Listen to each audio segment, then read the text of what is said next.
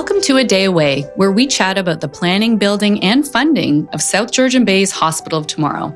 My name is Alison Smith, and I'm the Director of Communications for the CGMH Foundation and newly appointed podcast host. I'm a huge fan of the podcast medium, as I think it really allows for deeper conversations and learning, and really helpful for those on the go. My fun podcast fact about me is that I once traveled to Washington, D.C. to watch a live recording of the NPR Politics podcast. We are exploring topics centered around CGMH's innovation, collaborative spirit, and the importance of rural medicine. Our hope is that we can inform our community on the impact of your support and how you play such a vital role in the future of healthcare. Today, I'm speaking with Dr. Jessie Guscott, rural generalist and award-winning medical educator for CGMH. Dr. Guscott had a vision for CGMH to be a leader in training and education. He proposed a training program based on medical simulations specific to rural environments and the challenges particular to rural medicine. His vision was to build the program specific to CGMH needs and then market the program to other rural healthcare providers to create a revenue source to sustain the simulation program long-term. CGMH is an 84-bed hospital located in Collingwood, Ontario, serving more than 73,000 permanent residents and 3.5 million annual visitors to the communities of Wasaga Beach, Collingwood, Clearview, the Blue Mountains, and parts of Grey Highlands. Welcome, Dr. Guscott, and thank you so much for joining us today. Thank you, Alison. Before we dive into the conversation around CGMH, can you tell us a little bit about what brought you to Collingwood? Sure. I went to medical school in Hamilton. I did my undergraduate in Vancouver. And then when I was in Hamilton, there's a stage of medical training called clinical clerkship, where basically classrooms are done. You get out into clinical rotations and you're starting to learn on the spot. And there was an opportunity in my class to do our clerkships outside of town. It was kind of a funny thing. It's much more common now, but at the time it was very uncommon, but my class and a class ahead of me had sort of a double cohort because they were changing schedules around. So they were looking for people to get out into the community because they didn't really have capacity in Hamilton. And so there was this opportunity to come to Collingwood. I'll be honest, there was some great perks. They gave us, rented us a condo to stay at, gave us a ski pass to ski at Blue Mountain. And I thought, that sounds fantastic. I could go do my family medicine rotation next to the ski hill. So as a clerk, I came up and did a rotation here, and I just truly fell in love with the medicine. Worked with some really amazing physicians in the community, and because my training up to that point had all been in the city, all been in Hamilton, I had never experienced, I had no sense of what physicians and healthcare teams in communities really look like, and I just fell in love with it. I thought it was so cool. The idea of generalism, the idea that you don't have to be super specialized, that you can do a lot of different things, just really appealed to me. And watching how skilled some of my mentors were, I just thought, that's it. That's what I want to do. That's the kind of medicine that I want to do. So I went on to train in a residency program that was also in Collingwood, brand new. McMaster had a rural family medicine residency program, so I was the second resident through that program. So then I ended up kind of here for the better part of 2.5 years. Went back and did a fellowship in anesthesia. And then I was basically looking for a community that matched my residency experience. I was trying to find a community just like Collingwood. And then at some point I thought, why am I trying to find a place just like Collingwood? Why don't I just go back to Collingwood? So that kind of, that's how it all sort of unfolded. I think my experience as a learner really framed what I was looking for in a future practice, and Collingwood was the place. So I would say, as much as the community is amazing, the ski hill is amazing, all those other things, for me, it was really the medicine, in the hospital community was the biggest thing that drew me here. Oh, that's great. Well, we're definitely going to talk a little bit about, the general practice and also the challenges facing rural communities. And I think across the province right now, we see a range of disparities in resources, technology, equipment that really impact the provision of services and quality of care that patients receive. Through your simulation training program, you are looking to equip healthcare providers and provide equitable healthcare outcomes. Can you tell us a bit about the program for people that aren't familiar with it and why it's so vital for a rural hospital like ours? I'd love to. So the program that I run is a simulation program. And the easiest analogy would be to think about a flight simulator for pilots. You don't want the first time you're ever in a terrible emergency to be the time that you're actually in a terrible emergency. So pilots get put into flight simulators. They run through the predictable scenarios, dangerous scenarios, things that you hopefully will never encounter in your life. But if you do, maybe it's once, and you want to perform optimally. So our simulation program tries to take some of those same elements and train healthcare professionals in that sort of a setting. So what we're trying to do is we're not practicing the sprained ankles and the coughs and colds. We're practicing the things that happen only occasionally, that are very dangerous, that are very high stakes, where important, decision making, communication, leadership in the moment is going to make a difference in patient outcomes. So we have a number of different branches of our simulation program, but we'll do things like adult cardiac arrests on the ward, where we want to practice our responses to an unexpected cardiac arrest. We have a program for our neonatal resuscitation, where we practice what happens when a baby comes out and they're struggling, in their first minutes. We have pediatric programs, we have OR programs. So we kind of try to hit all the different parts of the hospital and focus on those emergencies, that we don't see every day and want to perform optimally in. And I have heard you talk about the parallels between the airline industry before, including where the majority of crises and emergencies involve maybe failures of leadership, decision-making, communication. But what originally drew you to the airline industry? How were you able to create that parallel? Yeah, I think that's fundamentally where simulation in medicine has come from. Is the airline industry got out to a head start in the 60s, 70s, in response to a safety record that was suboptimal. The airline industry really looked at how can we train people to do better, and what they found was it wasn't always purely technical issues. It wasn't always purely mechanical issues. It wasn't planes exploding in the sky. It would be a landing gear malfunctions, or one of the engines is down, but they still have a fully functional engine. And if they respond extremely well as a team, lots of those scenarios would be salvageable. But when the leadership breaks down, when the communication breaks down, when the decision making breaks down, that's what ultimately leads to bad outcomes. So the medicine sort of came into that game having seen other industries do that. And anesthesia, which is where most of my clinical practice is, sort of the branch of medicine that does it the most. And again, it has the best parallels to the airline industry in that it's very technical. Anesthesia is like a lot of monitors and beeping things, and we spend a lot of time kind of watching our screen in addition to our patient. And so it's easy to simulate bad things because you make bad things happen on monitors, much like you could do in the cockpit of a flight simulator. So anesthesia was kind of like the first branch of medicine that really got into it, and then it's expanded out into essentially all of the other branches of clinical medicine, and that's kind of how I got involved in it. I run the family practice anesthesia residency training program for McMaster, and got invited to participate in a simulation day, I want to say in 2010-ish, in Sudbury, and went up there and watched what was happening there, and thought it was just like the coolest thing, and thought I want to do that, and I want to keep doing that. So that was sort of where I started to get involved in simulation. And after I had done that for a number of years in Sudbury, I started to think, like, why aren't we doing this in Collingwood? Why we've got a lot of the tools and the resources to be leaders in simulation education. I think Collingwood is already a leader, has been for a long time a leader in rural education, medical education. So I thought we're perfectly suited to develop a program. And now since 2010, so many years have passed that you've been working on this program and growing and expanding it. How are you finding it's impacting the retention of people that go through the program, but also recruitment?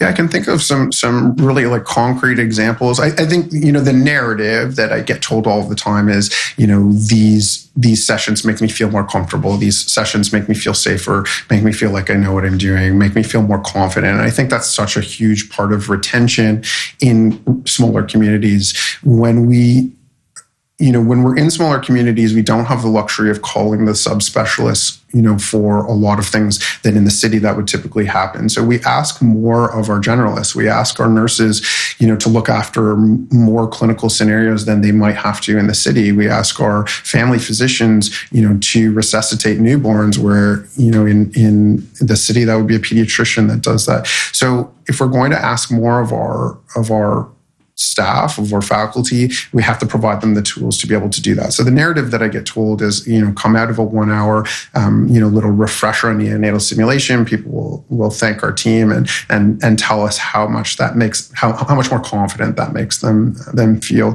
I can give you a retention example again in the neonates. There was a point in time where the number of physicians that were looking after neonates, sick neonates, had whittled down to 2 people. You can't sustain a program with 2 people, because that meant, they were on call every other night, and that just isn't sustainable, and people are going to burn out. So what we did was we really focused on education to anybody who might be interested, and a lot of people said, well, I just don't feel confident enough in that medicine to be part of that team. So we really focused our education on those physicians, and I think have built that team up to 14 or 16, physicians who now, with the confidence of having some simulation, having some regular practice, once a month we get together for a half day, and offer that training. They then confidence isn't the piece that gets people out. So I think with all of the things where we're asking people to do a little more than they might have to in other clinical scenarios, having the confidence, the skills, the experience helps to both recruit and retain physicians. I think that's pretty remarkable, going from 2 to 16. I mean, I think that would just give our community more confidence in general as well, knowing that is such a robust team that feels good about those scenarios. Yeah, I think also, Alison, like the really important piece of that, of increasing that number, is that's sustainable. When you have 16, then you're not asking 2 people to shoulder all of the burden. And I think you can keep those 16 in that role for much longer. Whereas if you have 2 or 4 or 6, they're going to burn themselves out. There's only so long you can do that kind of work, and being able to build a number that's sustainable, I think has been like a really proud achievement for our simulation program. Absolutely. Another, I think, proud achievement as well is a very specific example I'd like to talk about. So we know that our hospital has a proven track record of navigating rural trauma care with expertise and efficiency. And maybe one of our most extreme examples of impact would be a head-on collision in 2018, where CGMH staff, along with Critical, which is the organization who supports acute care hospitals when coordinated emergency and disaster response is required, along with Orange, the air ambulance service, coordinated the single largest deployment event of paramedics, helicopters, there was fixed wing aircraft, and land ambulance crews in the province's history.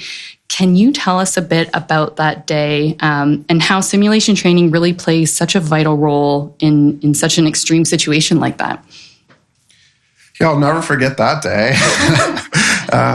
So I was doing my clinical medicine is anesthesia primarily right now, and I was giving sedations for colonoscopies that day, which is generally not a super exciting, stressful day. It's pretty routine. We do sometimes 20 scopes in a day, and I was like in my groove, not having a very stressful day. We were getting really close to the end of the day. We're in our last couple of patients, and I remember hearing like code orange paged overhead. And it took me a minute, code, you never hear that. That's not a code overhead page that we ever hear. And I think that was probably the first time I ever heard it. So it took our team all like a minute to 30 seconds to kind of even remember what that was. And I called up to the emergency room to see if it was like a fire drill or if it was a real thing, and if they wanted me to come. And I could tell by the urgency of the voice on the other end of the phone that they wanted me there, like very quickly. So I ran upstairs, and it was like a scene of absolute chaos.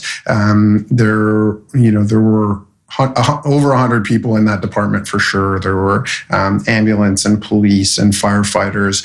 When a code orange is called, basically everyone mobilizes. So we have not only clinical teams, but like the CEOs there, the VPs are there. Basically everybody is in that department. And the thing I remember most, Alison, was like I could hear this wailing. I could hear a kid wailing, kind of over all of the other sounds of the department, and I just basically went in that direction. Felt like that was probably where I should go, and came in, and there was a kid who was just like horrifically injured. The injuries were like really, really horrible, and so I sort of focused my attention there. I think that's a comfortable spot for me. That's the kind of work that we practice is the really sick patients, and being able to kind of draw from the simulation, the education experience.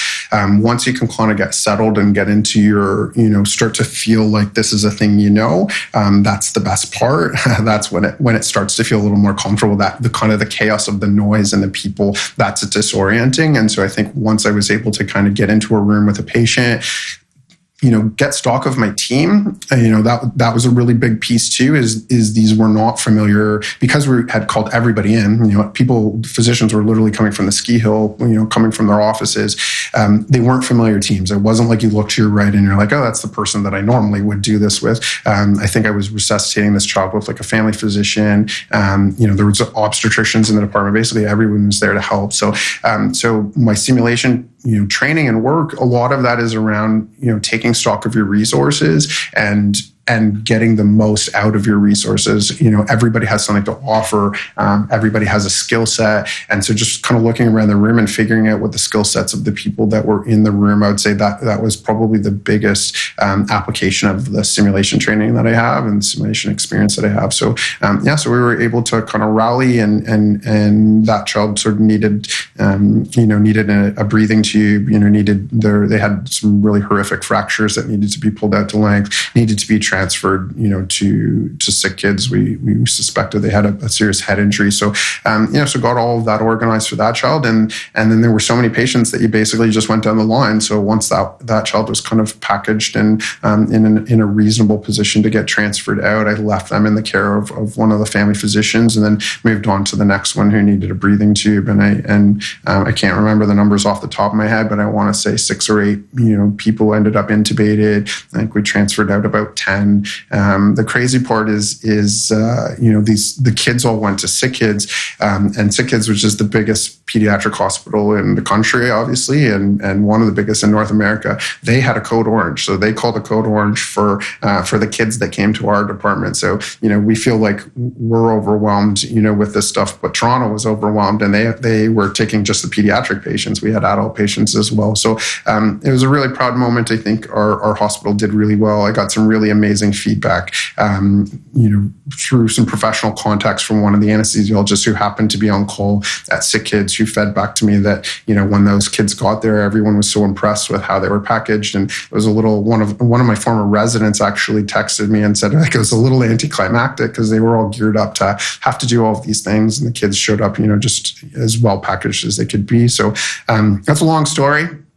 But that's sort of, that was definitely a moment that you can hear a little bit of PTSD on my voice probably. That was a big day for us.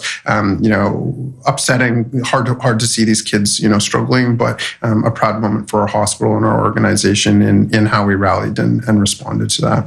Absolutely. I think as a community member, we heard a bit about it in the news and maybe stories through friends and, colleagues and whatnot, but to have been there in that day, I can't imagine how remarkable that was and how scary. And I always think about that with simulation training when it comes to the real situation versus practicing it, what that must actually feel like. And it sounds like through the simulation program, you are preparing people for that moment to be able to block out that noise, block out that anxiety, and be able to handle the situation adequately.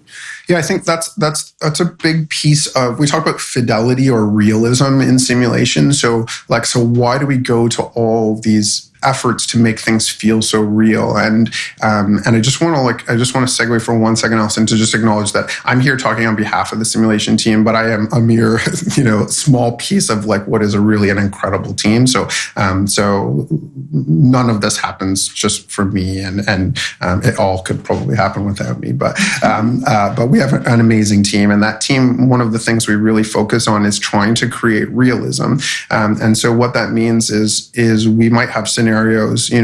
If we're resuscitating a kid, we might have a scenario where the mother just appears, and is in the room. And now you have to handle not only this child, but also, the stress of having, mom in the room and her emotions and bleeding in. And you'd be amazed at the acting skills of some of our doctors and nurses, and maybe for lots of us, it's pretty easy to play the role of a stressed out parent because we experience that. But we need that energy in the room, because a big part of what makes these scenarios so hard is not just the technical piece, not just that your landing gear is not working. It's the fear of for a pilot, 200 people's lives are in your hands. For a physician or a nurse or respiratory therapist, it's, the stress of this little kid's life is in your hands. And so we want to embrace that. We want to try to recreate that a little bit so that people see how they respond in that.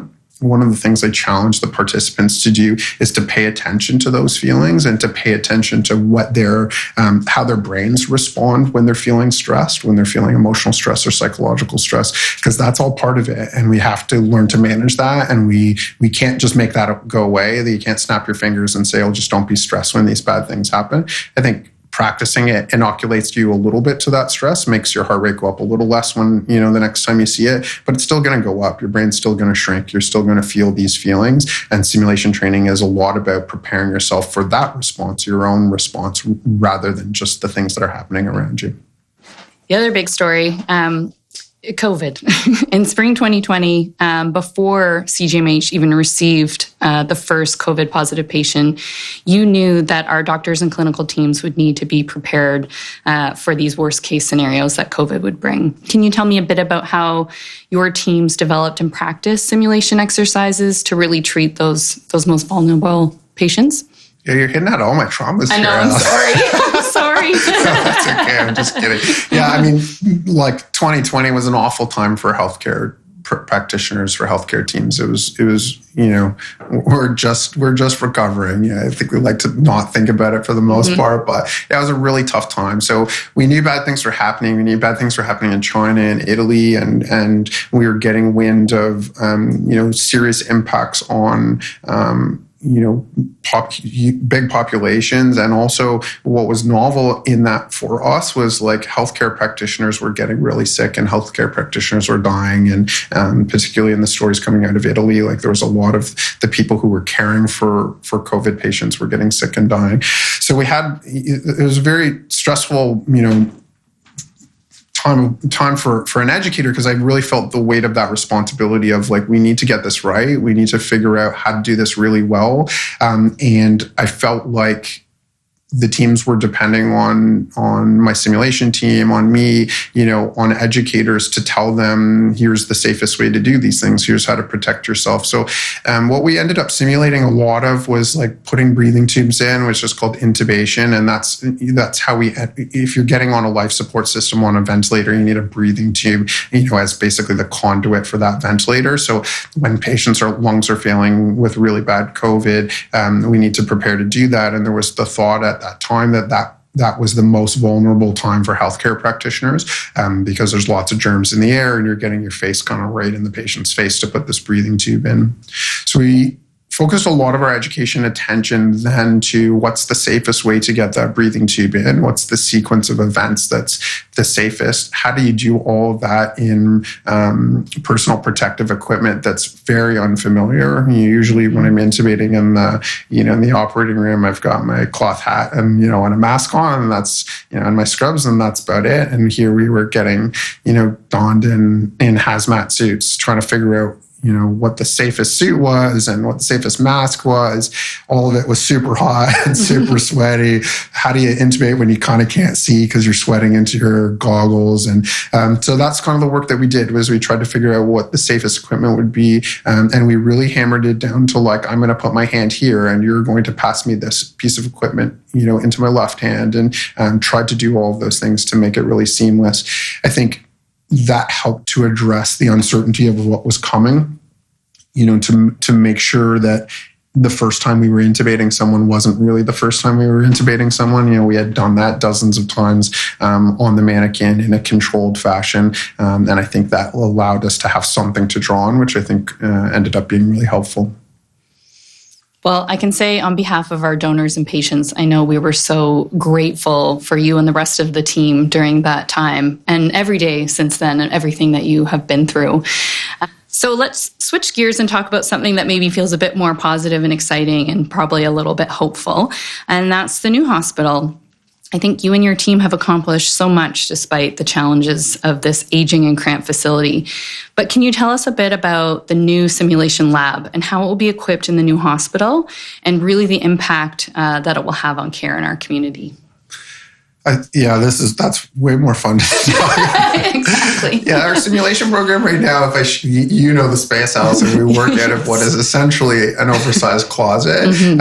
And we do an incredible amount of work with like really, really limited space. We tend to draw from some clinical spaces. We tend to draw from some educational spaces that the Rural Ontario Medical Program lets us use. And just in the last year, we're starting to get some different spaces in the hospital, but we really have made do with very, very limited space. Our vision for moving forward is much like what I got to see in Sudbury, which is a beautiful simulation lab, that has multiple different spaces that are specifically designed for education.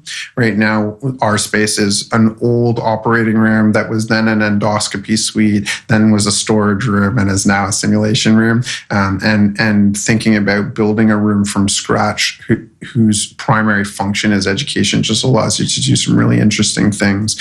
So we've started to do that with some renovations in the hospital right now, where we have a space that we can use where we've put in like a two-way mirror, where you can have people sitting in a control room watching the simulation take place in what feels like a separated place, and the clinical team doesn't see you. And again, when we're talking about realism, that's one of the ways that you can create realism, have it look and feel real, and you're going to simulate some of those emotions and cognitive responses to stress. If you can see somebody in the corner typing on a computer, and writing down notes about your performance, that takes away from the realism. So being able to design a space where we can be physically slightly separated, those spaces also get equipped with technology like cameras and microphones that allow us to interact with the simulated clinical space from a different room. So that stuff's all super exciting. We have some of it starting to roll out down the pipes now, but really looking forward to having a space that we design from the bottom up. I think it'll let us be able to do more. Now we're sometimes challenged around like there's just no space today to do a simulation. So having education spaces that are pretty dedicated that we always have access to, I think will be really exciting. And then obviously the technology is super fun and being able to integrate that into our learning goals. Great. I think if I could just take a quick moment for our generous donors who have supported this program since its inception. This community support has allowed our sim team to purchase very lifelike teaching mannequins and build out an extensive library of high-stress, challenging scenarios simulating diagnosis and treatment of adults, children, and newborn in emergency situations. The sim team of medical professionals continues to grow and to share their expertise, not just with the CGMH team, but with medical personnel from across North America. As new medical challenges present themselves to CGMH, the sim team will continue to use their skills and technology to improve responses to medical emergencies. Our podcast is called A Day Away because we talk about tomorrow a lot around here. As a foundation, our work is always future planning and forward thinking to ensure we can provide and care for generations to come. Today, our community benefits from the generosity of those that gave before them. And now we are embarking on our biggest and boldest mission yet, building South Georgian Bay's Hospital of Tomorrow. We will expand healthcare services for our fast-growing community, improving patient care and privacy, helping to retain and recruit top healthcare professionals, and building on our strength in rural interprofessional education and training. We know that a bright, beautiful tomorrow is always possible because of the care we give today. Hospitals are predicated on brighter tomorrows. Dr. Guscott, thank you so much for sitting down with me today to talk about your work and to tell us a bit more about all that you do that is so vital and critical here at CGMH. We like to end our sessions with some closing thoughts of what tomorrow means to you. It doesn't have to relate to CGMH, but more what you see for the health of our community and the future of South Georgian Bay.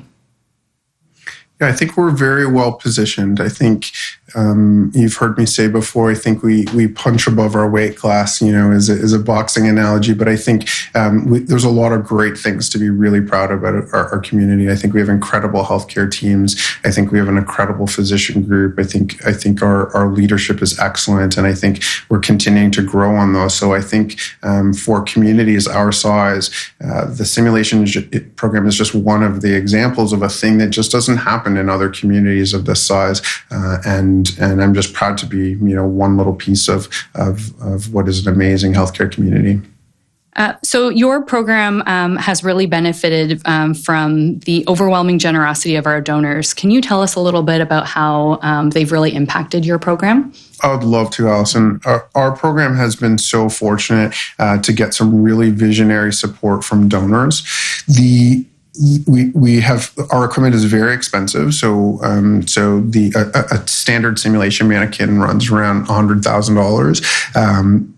And up, and it needs toys and bells and whistles to make that work. That's why I always get offended when people call it a dummy, because it's smarter than I am and very expensive. So visionary donors who saw the need, understood what we were trying to accomplish, and were able to support us in some of that equipment purchase, but also hugely visionary around supporting the people that go into that. So what causes some simulation programs to fail is they get these very expensive pieces of equipment, but no one to support it, no one to build the programs, no one to build the content, no one to teach the content, and people can do that, on a volunteer basis or for free for some period of time. But again, just like when we were talking about the neonatal resuscitation program, you can't do all of that. You can't work super hard and do all of that, in a small group for free for years on end. And so our programs are truly programs and not just mannequins that live, in a closet.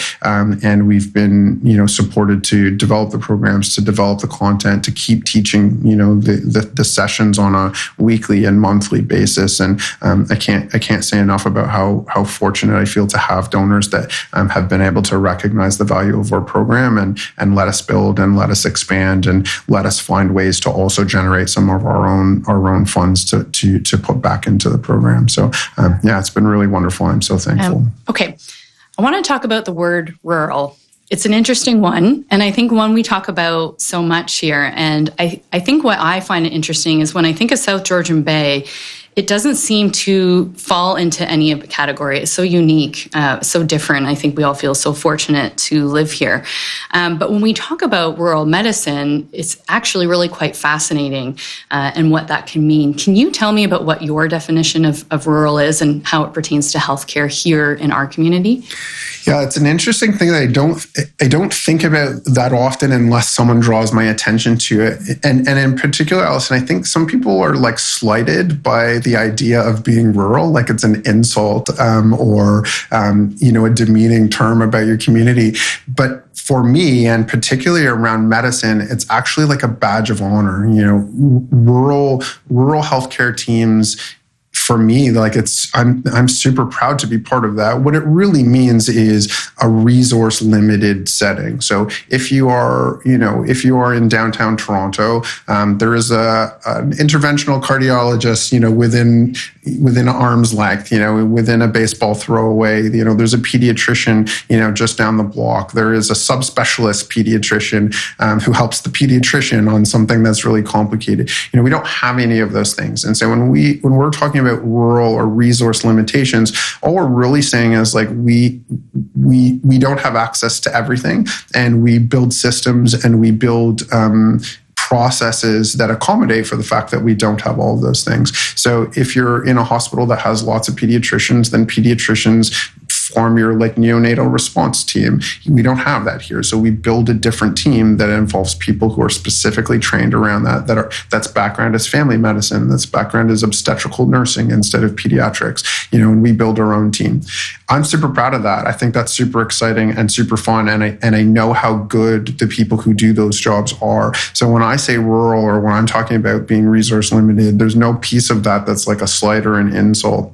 The term rural is probably not perfectly accurate to describe, the geography of our community. and I'll let other people kind of come up with the definitions. But just know that when people like me say that word, it's not disparaging. It's actually, a badge of honor. And, in my little bio you read, like I describe myself as a rural generalist. That's the kind of medicine that I practice, and I'm really proud of it. And anyone who also describes them that way instantly gets respect from me, because I know the challenges of the work that they do. So it's really, it's so fascinating to hear about rural medicine and really the constraints you face, but in fact, you're providing this excellent care that is just on par with other communities because you are able to build these systems and processes. What else do you see as the strengths for rural medicine and practicing rural medicine here? I think the kinds of people that get drawn to rural medicine, love these challenges. We love the opportunities to be generalists, to do more, to more things. So I think, that's one of the strengths of being in a rural community, is the people who are here want to be here. They've chosen this environment. They've chosen to have these kinds of opportunities. One of the reasons that I chose a community like this, part of it was I practiced emergency medicine for 15 years. I was attracted to, I do hospitalist inpatient medicine. So I like to do a lot of different things. I do, some pain medicine, a bunch of different things, whatever excites me, for a couple of years, like I'll tend to latch onto. So I enjoy that. I think lots of other people do that. The other thing that I really loved about smaller communities, and maybe that's the word we want to use instead of rural, again, the semantics don't really matter to me, but, in a smaller healthcare organization like this one, I really feel like I can affect change. I feel like if I was in a big hospital in, Hamilton where I trained, you see a problem and the solution. To try to get that, that change requires like going to your chief, who goes to the MAC, who goes to, this board and that board and talks to these people and that people. And 6 months later or a year later, you're still talking about the same problem. And I just felt like here, our leadership, our medical community, our medical, administration, or medical staff are all leaner and more efficient. And so if I feel like I see a problem today, I can have that problem fixed by Tuesday. I can text, the manager or the VP. I can text or call the CEO, and just get things done quickly. And I really like that. I tend to gravitate towards leadership roles, but I do that here because I know I can affect change. And if I was in a place where I just felt like I was up against bureaucracy all of the time, or had a million competing interests, I just wouldn't have the energy to be involved in leadership. And I really love that opportunity here. I think we see the same thing as well, even with donor support. The fact that we can be so nimble and maybe supporting a bit of that change. So we have people that have been in the community their whole lives, multiple generations. We've had people that have moved up recently or are sometimes just here on weekends, enjoying everything that South Georgian Bay has to offer. But no matter what, it seems like when there is a need in our community, our donors step up really quickly and get involved and help support us. So I think, that part has been so great to see as well through donor support. Thank you so much. We hope you enjoyed our conversation today. We are working to build the new hospital that South Georgian Bay needs and deserves. With your help, our new facility will be ready to support all of us when we need it most, when tomorrow comes.